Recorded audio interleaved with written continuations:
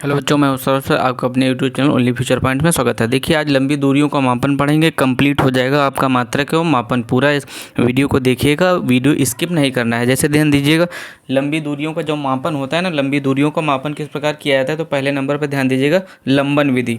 ये विधि ऐसी विधि है, लंबन विधि। इसमें क्या किया जाता है, देखो, प्रेक्षण किसी बिंदु के परिवर्तित होने पर किसी वस्तु की पृष्ठभूमि के सापेक्ष स्थिति में परिवर्तन लंबन कहलाता है। इस विधि से लंबी दूरी किसी ग्रह व तारे के बीच की दूरी का पता लगाया जाता है। दूसरे में ध्यान दीजिएगा, प्रतिध्वनि विधि। किसी बड़े आकार की वस्तु जैसे पहाड़ी से टकराकर लौटने वाली ध्वनि को प्रतिध्वनि कहते हैं। जैसे वायु में ध्वनि की चाल कितनी होती है, 332 मीटर 5 सेकंड। जैसे पहाड़ से टकरा के यदि कोई भी ध्वनि आती है तो ये प्रतिध्वनि होती है। मतलब प्रतिध्वनि का मतलब होता है टकरा के वापस आना। और तीसरे नंबर पर ध्यान दीजिएगा, लेजर विधि। या विकिरण के उद्दीपित उत्सर्जन द्वारा प्रकाश का सरल रेखा में बहुत लंबी दूरी तय कर सकता है। इसे यह किस सिद्धांत पर कार्य करता है, तो ध्यान दीजिएगा, उद्दीपित उत्सर्जन या प्रकाश का सरल रेखा में परिवर्तन। यहाँ फॉर्मूला होता है S बराबर C/T/2। यहाँ पर C प्रकाश की चाल है, 3 × 10⁸ मीटर/सेकेंड। इसके बाद चौथे नंबर पे ध्यान दीजिएगा, सोनार विधि। देखो, सोनार विधि क्या होती है, sonar sound navigation and ranking. ये सोनार का फुल फॉर्म होता है साउंड नेविगेशन एंड रैंकिंग का संक्षिप्त रूप है। यह विधि भी प्रतिध्वनि के सिद्धांत पर आधारित है। तो इसको भी ध्यान दीजिएगा बच्चों, यह जो विधि है यह भी प्रतिध्वनि के सिद्धांत पर आधारित है। इसमें समुद्र में जहाज की गहराई नापी जाती है।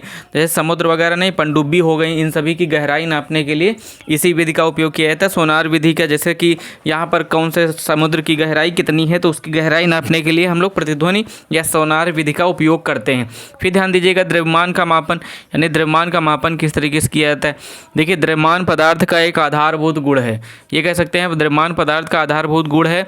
या देखो, समय, ताप, दाब आदि पर निर्भर नहीं करता है। ये कह सकते हैं कि समय वगैरह पर निर्भर नहीं करता है, ना ही ताप पर, ना ही दाब पर, ना ही वस्तु की स्थिति पर। जैसा है वो ऐसा नहीं है कि गर्मी में 1 किलोग्राम है तो वो ठंडी में आधा किलोग्राम बचेगा। नहीं, द्रव्यमान समय व ताप पर निर्भर नहीं करता है। इसमें 2 प्रकार की विधियाँ होती है इसको द्रव्यमान को मापने के लिए। पहले होती जड़त्वीय द्रव्यमान।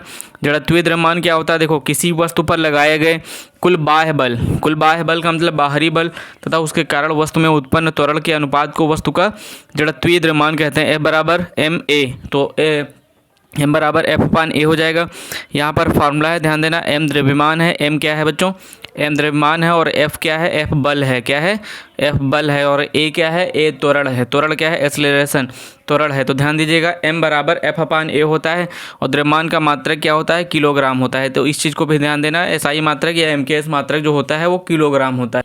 फिर इसका सेकंड पार्ट ध्यान दीजिएगा, गुरुत्वीय द्रव्यमान। गुरुत्वीय द्रव्यमान क्या होता है, किसी वस्तु पर कार्यरत पृथ्वी की और मुक्त रूप से गिरती हुई वस्तु के जनित त्वरण को गुरुत्वीय त्वरण कहते हैं। F बराबर mg। यहाँ पर भी ध्यान दीजिएगा, F जो होता है वो बल होता है, F क्या होता है, बल, और m क्या होता है, m द्रव्यमान होता है। m द्रव्यमान है और g क्या है, g है त्वरण।